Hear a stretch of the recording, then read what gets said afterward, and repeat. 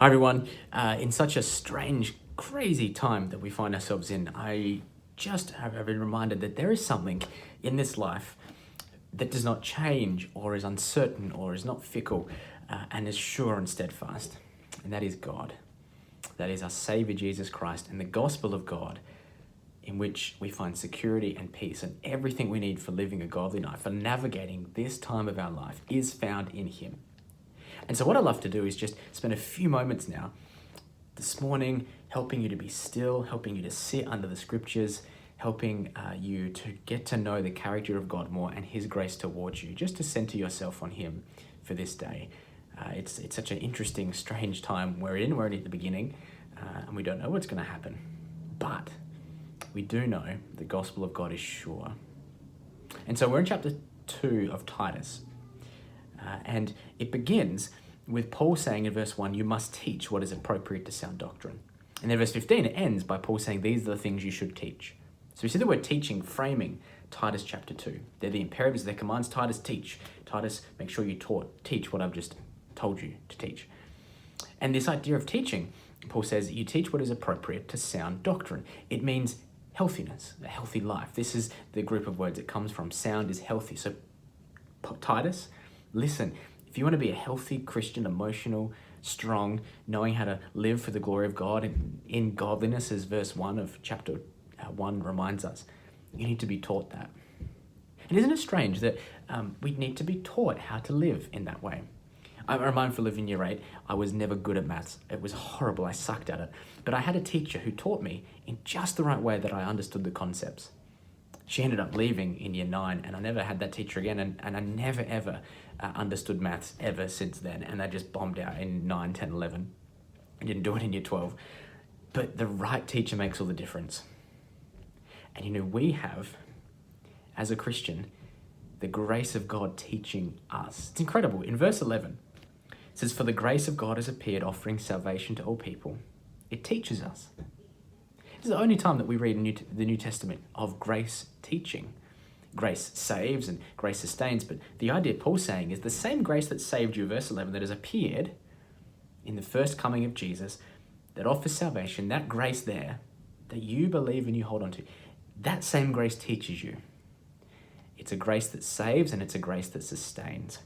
How does grace do this? Well, it's not like law. Law shows you the line so that when you cross it, you know you've done the wrong thing. It doesn't teach you, it just shows you what's wrong, and we always cross the line, don't we? We always break God's law. We push Him aside. We turn to other things to get our identity from, and we just do it all the time. So law doesn't really teach, it just commands.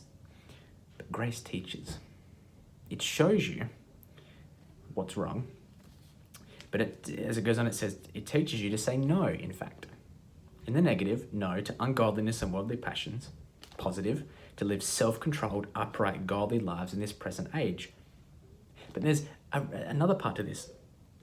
In verse 13, it says, while we wait for the blessed hope of the appearing of our great glorious God.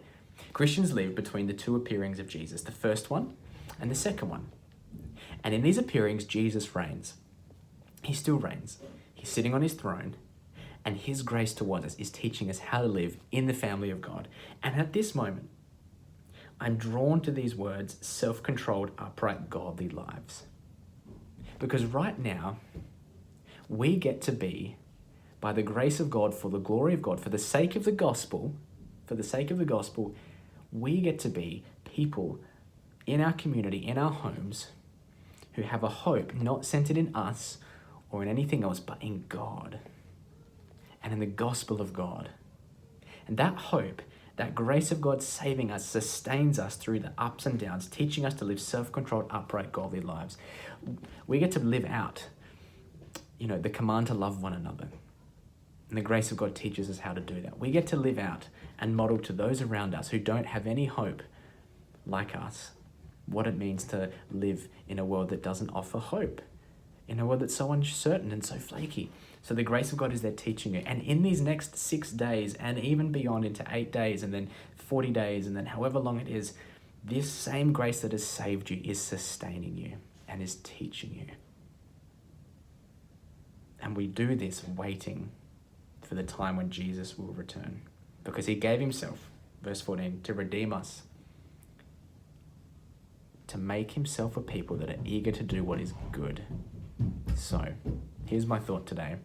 In verse 15, encourage and rebuke with all authority. So, may this be an encouragement to you to hold on to the gospel, to let God's grace teach you. When you're at the shops, have self-control by the grace of God. Be a godly example by the grace of God. Reach out to those in our church community so that we would encourage them or point them to Jesus more and more. So Titus 2, the grace of God teaches us because it has appeared so that we can live godly lives in this present age while we wait. That is the great hope we have. I do pray that's encouragement to you. We're going to look at Titus 1 to 10, do it backwards, because we'll only understand 1 to 10 if we understand 11 to 15. The grace of God saving us and sustaining us and teaches us how to live. May you live a godly life this week in all the ups and downs. Keep connecting with your community, keep praying and reading and holding on to God, and don't let go of him because he's never letting go of you. Have a great day. Talk to you soon.